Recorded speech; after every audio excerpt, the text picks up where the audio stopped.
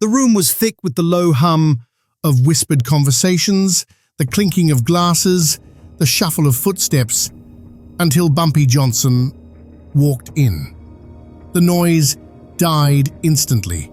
Like a curtain dropping, the world outside seemed to cease, leaving nothing but the heavy, almost suffocating silence in its wake.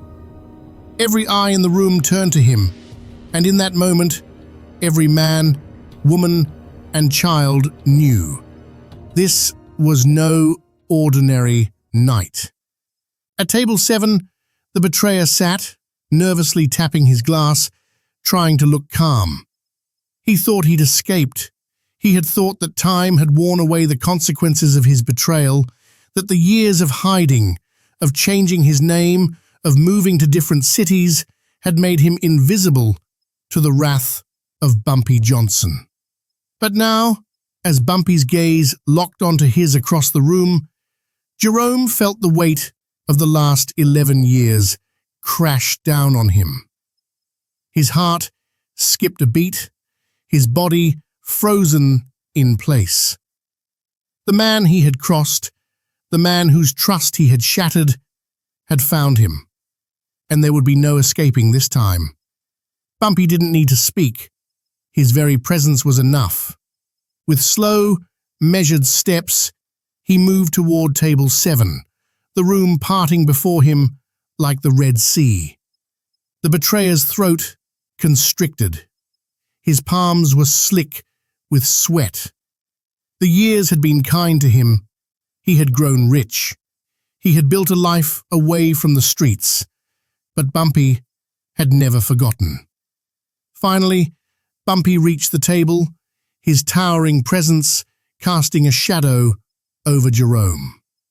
Bumpy's voice, low and cold, broke the silence. 11 years, Jerome. 11 years to hide. And you think I forgot? Jerome opened his mouth, but the words wouldn't come. He had betrayed Bumpy for money, for power, for his own selfish ambition. And now, standing before the man he had wronged, all those excuses seemed hollow, useless. You thought you could run. You thought time would protect you, Bumpy continued, the razor-sharp edge of his words cutting through the tension in the room. But I don't forget. Not when a man like you crosses me. Bumpy Johnson's reputation was built on a foundation of loyalty, power, and unyielding justice. Born in 1905 in Charleston, South Carolina, Bumpy had known hardship from an early age. But when he stepped onto the streets of Harlem in the early 1920s, he found his true calling. The streets of Harlem were a battleground, a place where the only thing more valuable than money was respect. And Bumpy had a keen understanding of both.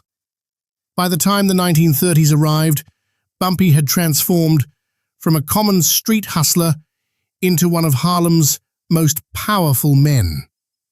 He was a kingpin, but more importantly, he was a symbol. In a city where crime ran rampant and corruption filled every corner, Bumpy was a man who ruled by his own set of laws. His name struck fear into the hearts of those who tried to challenge him, and his allies knew that the price of betrayal was steep. In Harlem, loyalty wasn't just expected, it was demanded. Bumpy built his empire not through bloodshed alone, but through respect. He didn't rule with brute force. He ruled with the understanding that loyalty was the foundation of everything. A man who broke that trust paid the price. And Bumpy was the one who made sure that price was paid in full. In the world Bumpy navigated, betrayal wasn't just a personal wound. It was a threat to the very structure of his empire. He understood that once trust was broken, The balance was disturbed, and that could not be allowed. The streets had rules, and those rules were enforced by Bumpy Johnson. His razor-sharp sense of justice was as feared as his power. But it wasn't just about muscle or fear. Bumpy's influence stretched far beyond the criminal underworld. Politicians, judges, and law enforcement all understood one simple truth. Cross Bumpy, and you would face the consequences. Jerome had learned this the hard way. He had been close to Bumpy, trusted, respected, but in his greed, he had betrayed that trust. For 11 years, he thought he had escaped the reach of Bumpy's vengeance. But the man who built Harlem didn't forget, and tonight, the debt would be paid. Jerome had been in Bumpy's inner circle, a trusted ally, a man who had shared in the wealth of Harlem's underground empire. He knew the game, he knew the rules, but Jerome, like many before him, had underestimated the consequences of crossing Bumpy Johnson. It started small, an opportunity for more money, a way to outsmart the system. A rival gang offered him a sum of money he couldn't refuse. They knew the value of the information he had, secrets about Bumpy's operations, inside knowledge about how things worked. They didn't just want to move in on Bumpy's territory, they wanted to destroy the very system that had made Harlem what it was. For Jerome, the price was clear: $50,000. The deal was struck, the trust shattered, and in that moment, he betrayed the very man who had given him everything. The information was passed along, the damage was done, and Jerome thought he had won. He thought he had outsmarted Bumpy. But Bumpy was a patient man. He wasn't the kind to react impulsively. He understood the power of time, of waiting, of letting someone think they had escaped before making the final move. Bumpy let Jerome live. He let him enjoy his freedom, his new life, all while knowing that the reckoning would come when the time was right. Jerome had moved away from Harlem, built a new identity, and lived a comfortable life. For 11 years, he thought Bumpy had forgotten. But time had done nothing but sharpen Bumpy's focus. He hadn't forgotten the betrayal. And now, the time had come to settle the score. As Bumpy reached table 7, the betrayal was no longer a memory. It was an open wound, one that would be closed tonight. The moment had arrived. The man who had thought himself free would finally face the consequences of his actions. And Bumpy, standing in front of him, wasn't just a figure from the past. He was justice itself, about to be delivered with the cold finality of a razor's edge. Jerome's eyes locked with Bumpy's as the seconds stretched into eternity. For all the years of freedom, the wealth, the life he had built away from Harlem's shadows, none of it mattered now. None of it could protect him. The moment he had feared for over a decade had arrived, and there was nowhere to run. He was trapped, just like the rest of them who had betrayed Bumpy Johnson in the past. Bumpy didn't move immediately. He stood there, towering above Jerome, with an air of quiet authority.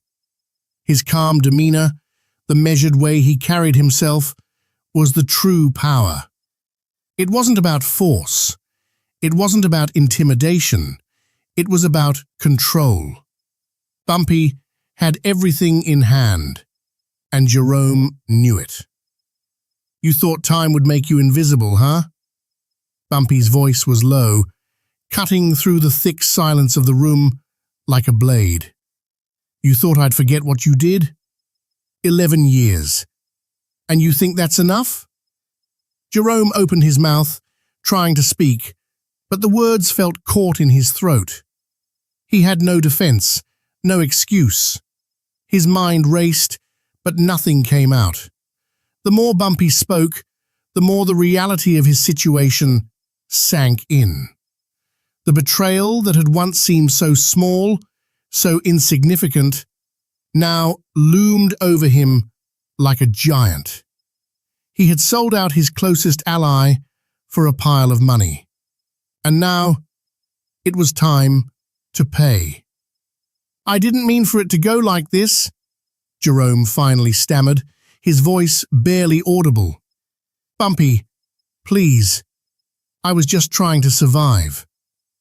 Bumpy's eyes narrowed, his face a mask of cold, implacable justice. "Survive? You think that's what this is about?" he said, stepping closer to the table.